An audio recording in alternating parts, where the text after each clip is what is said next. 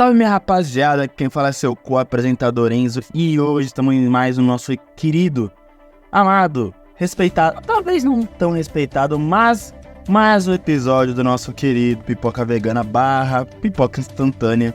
Ainda estamos passando pelos problemas técnicos, porém como o cinema não para, a gente também não pode parar.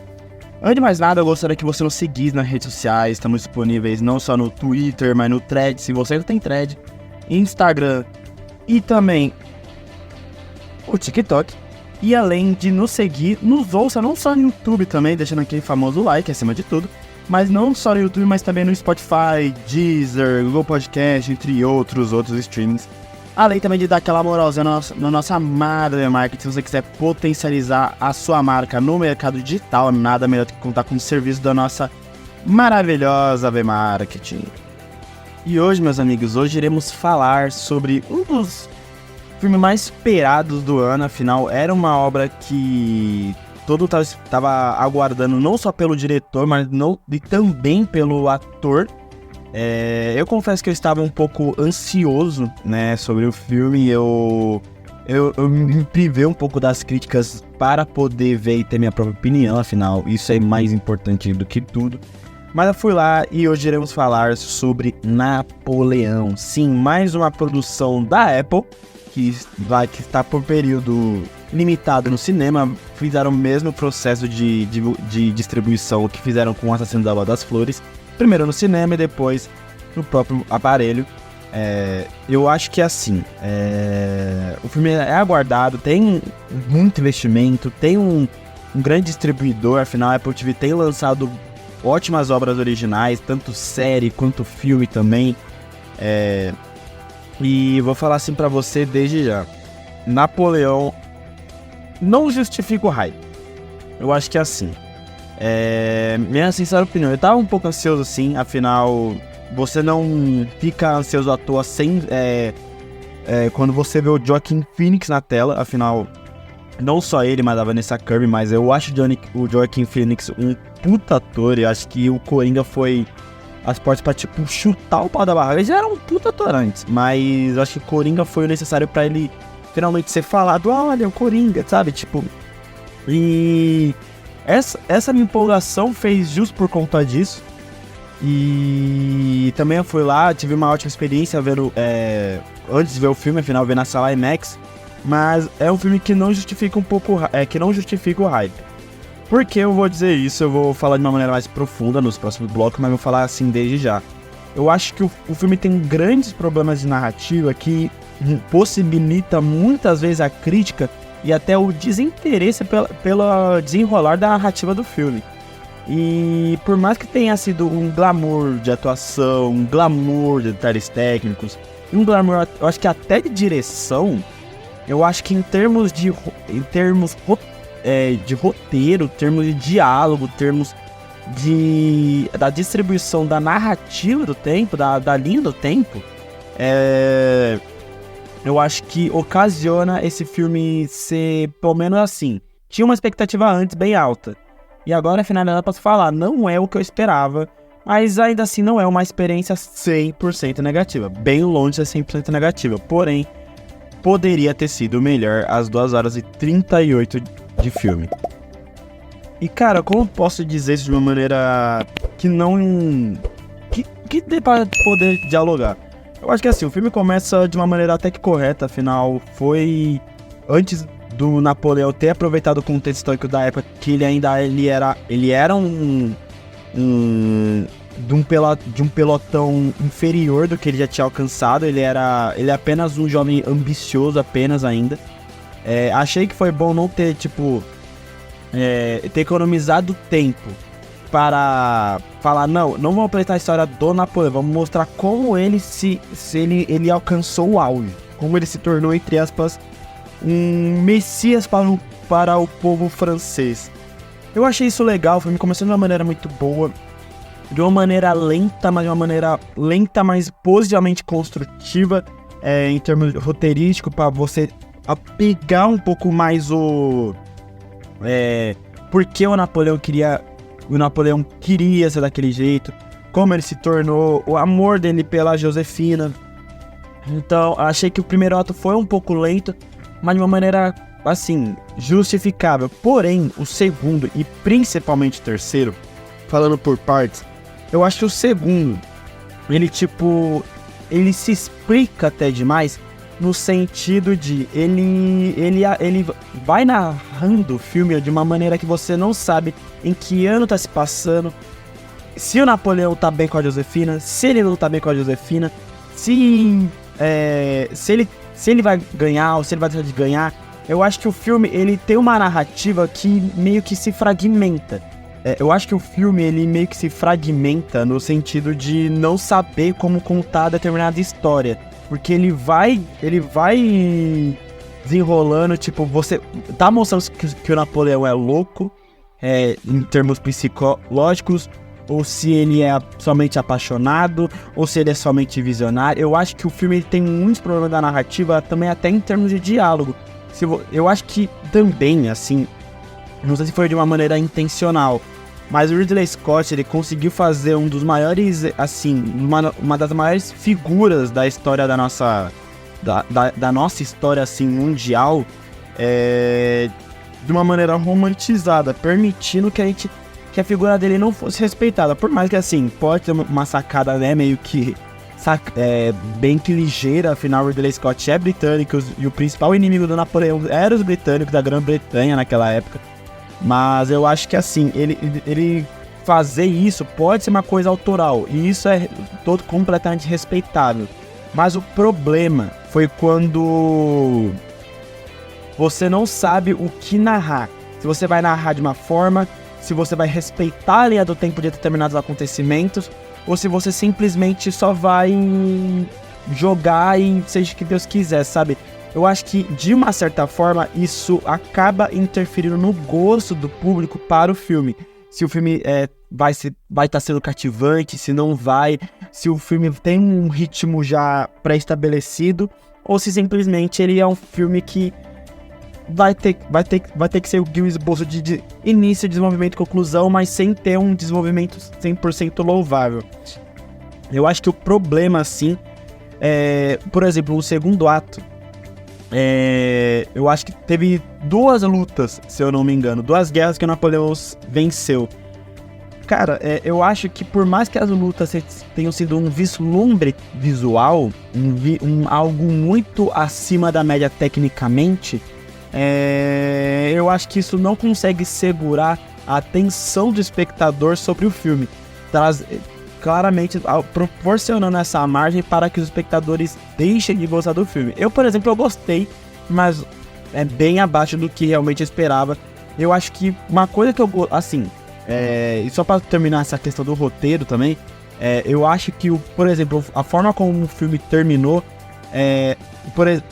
foi de uma maneira bem abrupta. Eu acho que no sentido de a guerra, quando ele perdeu para a Inglaterra e tudo mais, eu acho que foi tão corrida, e essa forma corrida e sem tantos detalhes poderia ter acontecido, porém, no segundo ato do filme, onde tinha muitos frames meio que não sabendo onde se passa geologicamente o filme. Então o filme ele apresenta muitos déficits na questão da sua narrativa em si. E assim, pra mim foi o principal problema do filme, por mais que eu acho que, assim, o Ridley Scott, eu acho que ele conseguiu trazer uma versatilidade a mais na sua forma como expandir a sua forma de dirigir o filme, porque muitas vezes ele pode dizer que é um filme bastante autoral, tipo, mais autoral, mais inovador no sentido dele. Ele tava mais à vontade na direção, muitas vezes, tipo, se levando entre o lado mais cômico e o lado mais dramático. E isso foi legal, ver ele trazendo algo mais autoral. Isso muitas vezes, tipo, não só na atuação e no diálogo, mas também os próprios vislumbres na hora da fotografia, as trilhas sonoras daquela determinada cena. Eu acho que o Ridley Scott ele conseguiu estar mais à vontade para contar a sua história. Então, em termos de direção, pode dizer que é um filme muito positivo pra ele. Mas eu acho que, do mesmo jeito, eu acho que o filme teve um problema muito grande em termos de se encontrar geologicamente dizendo e se falar aquilo ele era apenas um cara apaixonado ou era somente um cara insano. Então eu acho que o filme ele não consegue definir como ele quer definir o Napoleão. Por mais que seja de uma forma bastante romantizada sobre uma das maiores figuras históricas da nossa época, eu acho que o filme, de uma certa forma, ele consegue trazer bastantes déficits em termos da sua linha do tempo. E pegando um gancho que eu falei agora dos detalhes técnicos, eu acho que eu valorizo muito quando o filme ele não se prende a somente uma paleta de cores, quando ele não se prende somente a um tom. E eu acho que o filme, no caso do Napoleão, por mais que tenha problemas bem, pra mim, gritantes em sua narrativa, eu acho que em termos técnicos ele consegue ser muito versátil e trazer muito mais frescor para o filme e como ele dá o tom daquela determinada cena, daquele determinado frame. Como assim? Nas cenas, por exemplo, do Napoleão com a Josefina, tem um tom mais escuro, um tom que você não sabe se aquilo é algo positivamente, se tá atingindo um tom mais inferior, de uma certa forma condizente com a narrativa do filme, da qual a Josefina muitas vezes inferiorizava o próprio Napoleão, que era uma figura bastante respeitada na época. E eu acho que a paleta de cor um pouco mais abaixo, um pouco mais rebaixada, consegue proporcionar uma diversão visual em si para o filme. Se isso é algo, não só na fotografia também, que utiliza bastante espaços abertos, mas também em muitos momentos, tipo, eles não precisam fazer um close no rosto dos personagens, igual, por exemplo, muitos filmes de diretores como até mesmo o próprio Scorsese fez a cena do Lua das Flores, que muitas vezes fechavam um frame na cara do personagem para demonstrar o seu sentimento, a sua percepção. Não, muitas vezes ele era demonstrado através de um close mais amplo, de um frame mais a céu aberto, de um campo mais amplo. Então eu acho que a fotografia ela conseguiu usufruir tanto os campos visuais, tipo, da natureza em si, nos campos abertos, quanto também não precisar abdicar do padrão, que no caso é o campo mais amplo, para poder trazer o real sentimento daquele determinado personagem em determinada linha do tempo que estava se passando no filme. E cara, falando um pouco mais das atuações também, agora entrando sobre esse tópico, cara, eu vou falar assim pra você desde já. Esse filme tem problema de narrativa, assim. Eu acho que é um filme de 2 a 38 minutos que poderia ter feito de uma maneira... Não que poderia ser cortado, mas poderia ser muito bem utilizado mais esse tempo. Tem problema de narrativa, sim, mas uma coisa que a gente pode falar sobre Napoleão esse filme é um vislumbre de atuação. Todo mundo tava atuando bem. Posso falar de determinados personagens que passaram no decorrer do filme, mas eu vou pegar 2 que vocês obviamente sabem quem são, que no caso é o Joaquin Phoenix e a Vanessa Kirby. Claro que assim, vou falar sobre a Vanessa Kirby primeiro. Porque falar bem do Joaquin Phoenix é chover no molhado. Mas pra mim, eu vou falar assim pra você desde já. Eu acho a Vanessa Kirby uma atriz que muita gente não entende a dimensão de como ela é grandiosa, de verdade, porque ela é uma atriz muito boa. Ela já tá em grandes franquias, já está, por exemplo, em Missão Impossível, estão cogitando ela para a Marvel, participou de Velozes e Furiosos, e cara, o que ela atuou, por exemplo, em Piece of Woman, que é o filme tão polêmico dela com Shia LaBeouf, na qual ela conseguiu ganhar o Volpe Cup, e foi indicada ao Globo de Ouro e ao Oscar, e o BAFTA. Cara, eu acho que a Vanessa Kirby, eu acho que ela precisa de mais papéis como esse pra ela poder destrinchar. Porque por mais que ela consiga participar de franquias tão grandes, ou por mais que a Marvel não esteja confirmada, no Missão Impossível ela não é tão protagonista. Ela é muito coadjuvante, ela apareceu nos últimos filmes. Claro que uma aparição muito boa. E no Hobbs e Shaw é o derivado da franquia Velozes e Furiosos, então muita gente não sabe desse filme. Mas claro que tem que saber, porque é um filme bem legalzinho até hoje em dia. Mas Piece of Woman é uma obra muito subestimada, que eu acho que precisa demais pra Vanessa Kirby ela poder crescer em Hollywood, porque, mano, é uma atriz muito incrível, uma atriz brilhante. Eu acho que ela transparece um semblante de loucura, que eu acho que assim, ela e o Joaquin Phoenix, ela parece tipo,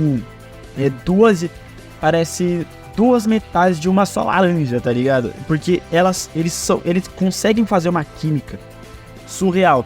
Mas no caso da Vanessa Kirby, ela consegue transparecer um semblante de loucura mesmo, que, cara, você não sabe se aquilo, ela é louca, se ela somente é uma mulher ambiciosa, se ela é uma mulher que não presta. Então, cara, ela consegue proporcionar ao espectador, tipo, as facetas da Josefina, de tipo, pô, isso aí é loucura, isso aí eu tenho que ter raiva dela, eu tenho que ter pena dela, eu fiquei feliz, eu fiquei triste pela morte dela, sabe? Eu acho que ela consegue trazer o espectador, tipo, falar, eu vou dominar essa cena aqui. Assim, todo o resto do filme tem medo de Napoleão, mas quem domestica o maluco sou eu. Então, cara, eu acho que a personalidade da Josefina, juntamente com a atuação da Vanessa Kirby, consegue trazer um vislumbre. Eu acho que assim, é um papel muito bom, eu acho um papel incrível dela. Por mais que eu acho que esse filme não vai ser tão popular em termos de repercussão e até mesmo de bilheteria, por ser um lançamento limitado no cinema, eu acho que é uma atuação muito boa e a Vanessa Kirby precisa de mais oportunidade. Não é a melhor atuação da carreira dela ainda. O que ela atua em Piece of Woman foi, assim, putaria mesmo. Ela conseguiu carregar aquele filme nas costas. E olha, porque o filme nem é tudo isso, e de uma maneira bem visceral. Então, mas ela precisa de mais oportunidades e ela consegue trazer um vislumbre de atuação. Não tem jeito. E o Joaquin Phoenix, cara, eu vou falar assim pra você, estendendo um pouco mais do que eu falei no primeiro bloco. Eu acho que o Joaquin Phoenix, ele é um dos maiores atores, se pau, um ator mais influente, assim, um dos mais da nossa geração, assim. Por que essa afirmação tão popular? E como assim influente?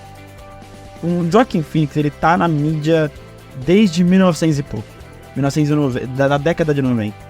E, cara, precisou a atuação dele, do Coringa, ser algo tipo... É muito debatível você falar qual é melhor, o Heath Ledger ou o Joaquin Phoenix, mas o do Joaquin Phoenix, ele conseguiu expandir a carreira dele da maneira que o Coringa dele é lembrado.